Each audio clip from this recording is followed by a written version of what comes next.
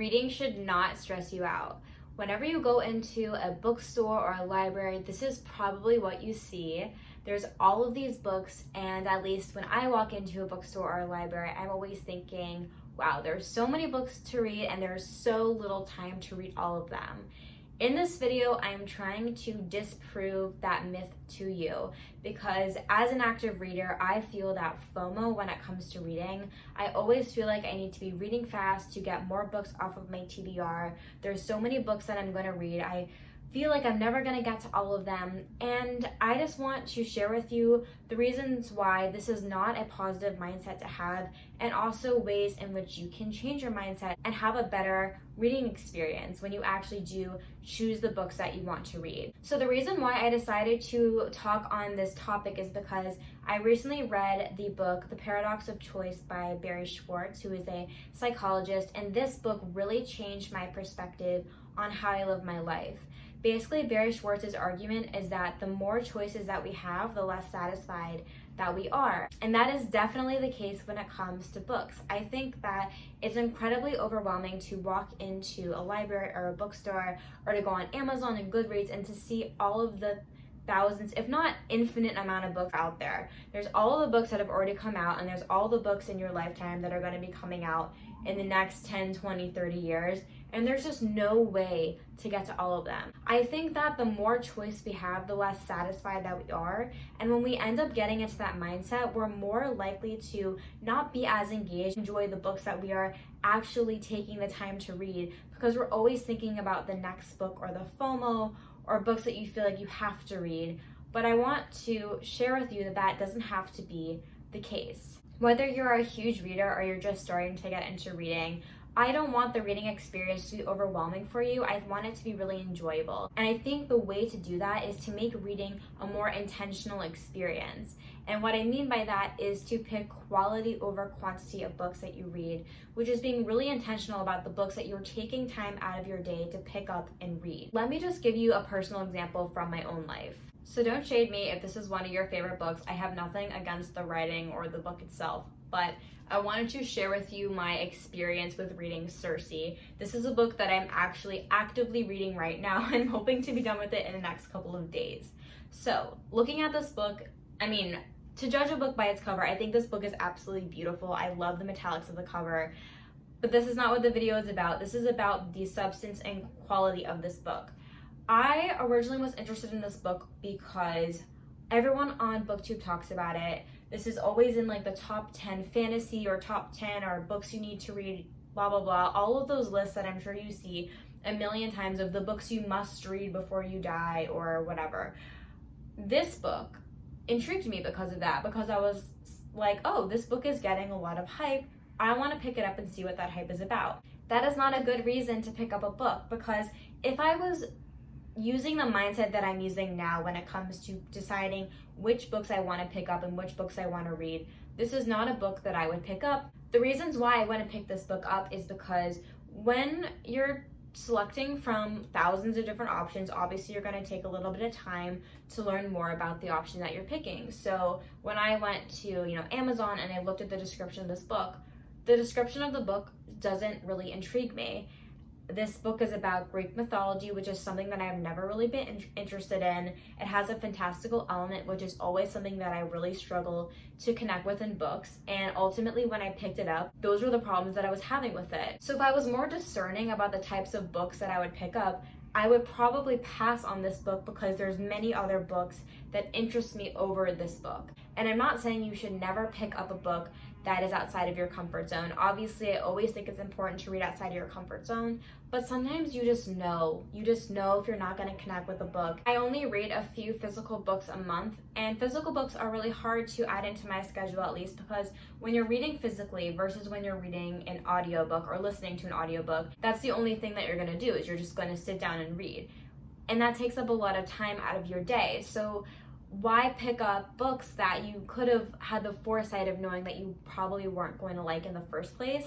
And I know that this sounds like a really, really basic concept, but as a really huge reader, when I read 50 plus books a year, and I look back to all of the books that I've read, and I say, wow, I've actually liked probably less than half of the books that I read. FOMO with books is real, And the case is, you're not going to like every book that you pick up. The more books that you pick up, the less chance that you're gonna like all of them. If you pick up one book a year and you like it, then great, but if you pick up 50, the chances that you love all 50 are very, very rare. And I always feel like there's a lot of pressure when it comes to reading, especially when you're really deep into the reading world, that you have to read certain books in order to be like aware of what's going on or know what everyone is talking about.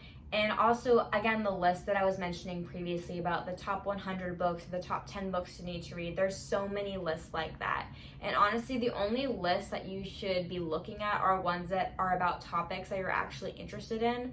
Otherwise, you're kind of just looking at popular books that a lot of people like, but that doesn't necessarily mean that you're going to like it too. I know that for me, not only do I get kind of caught up in trying to read the contemporary books that have just come out or books that everyone's talking about, but also when it comes to classics, I feel like classics are things that you feel like you have to read. And honestly, sometimes I'm in the mood for a classic and sometimes I'm not. And although classics are great because they are widely known, they are very popular, and I do like reading classics because then I can understand, different references, or if one book was influenced by a classic, I think that's really cool to know. But it's also, I should only read them because I choose to read them rather than just feeling pressured to read them. And I know this sounds like a really weird concept, but I feel like when you're deep into the book community and the FOMO about your TBR, all the books that you haven't read, it's real. Like, the struggle is real when it comes to that. So now I want to share with you how I've been trying to kind of combat this FOMO when it comes to books and being more intentional about the books that I pick up and focusing more on the quality of the books versus the quantity.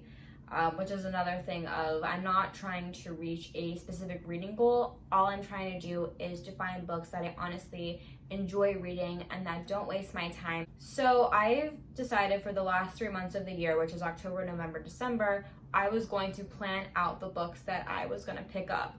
This is kind of similar to a TBR, I guess you could say, but basically how I've been doing it is I don't plan out every single book that I'm going to read every single month all in one time. I do it over the period of, a few months. And the reason for this is because I get almost all of my books from the library, and so I obviously don't know when I'm going to be getting a book in. So basically what I do, as you can see for October, that's all filled out because October has passed, and some of those books are books that I've already had, and then others of those books are books that I got from the library. And so what I'll do is that I will write in the books that I already own, so I know that I can read them whenever. And then the books that I'm getting from the library, like as you can see in November and December, I've left parts of those blank. So those are things that I can fill in once I get those books in from the library. And the books that I have on hold from the library are obviously books that I have really selectively put on hold for a reason, and I decided that are books that I want to read. And I like the intentionality of putting books on hold at the library, because when you put a book on hold and it's being read by other people, so you can't get it right away, you're sitting on it for a little bit. So it could take weeks or months for that book to come in. And in that course of time, sometimes I say, you know what, I'm actually not as interested in this book as I thought I was going to be. So I cancel it and I decide to put another book on hold that actually piques my interest and I think more aligns with who I am as a reader. So also, as you can see from this little TBR, I only have one book in for December as of right now. I don't know when I'm actually putting this video up, but it's the end of October right now. And this book I know I'm going to read in December because it comes out then. And then all the books that I have on hold at the library, I have not put on this list yet because I don't know when I'm going to get them in. I have a feeling that a lot of them are going to come in December, so I will just fill in the books once I actually get them. And then at the side of the page, I have Radar, which I actually just created today, and these are two books that are on my radar. These books have actually been on my radar for a long time. I just have never gotten to them, and so I thought I might as well put them on my list. So if for some reason a library book doesn't come in, or I feel like I have nothing to read, these are books that I can request from the library that don't have holds on them, so I can get them pretty soon. The reason why I decided to do the physical book TBR over doing audiobooks, so all my audiobooks I also get from the library. It's really hard to plan when I'm going to get those in just because they kind of come in randomly and sporadically. But whenever I listen to an audiobook, I'm always doing something else. I'm you know, doing my makeup, I'm walking to somewhere I need to go, or running an errand. So I'm always doing something else when I'm listening to an audiobook. Versus the physical books, as I said, when I read a physical book, I'm taking time out of my day to sit down and read. For me personally, reading a physical book is more of an engaging experience than just listening to it. I always love looking at the words when I'm reading. It just makes it more engaging. So I actually am pretty selective of what I decide to pick for a physical book versus what I pick for an audiobook. And because I'm taking time out of my own day to read a book, again, I want to make sure it's a book that I actually like, that I'm spending time with, because I would rather spend time with a book that I like versus spending time with a book I don't like and knowing that there's another book out there that I could have probably enjoyed more.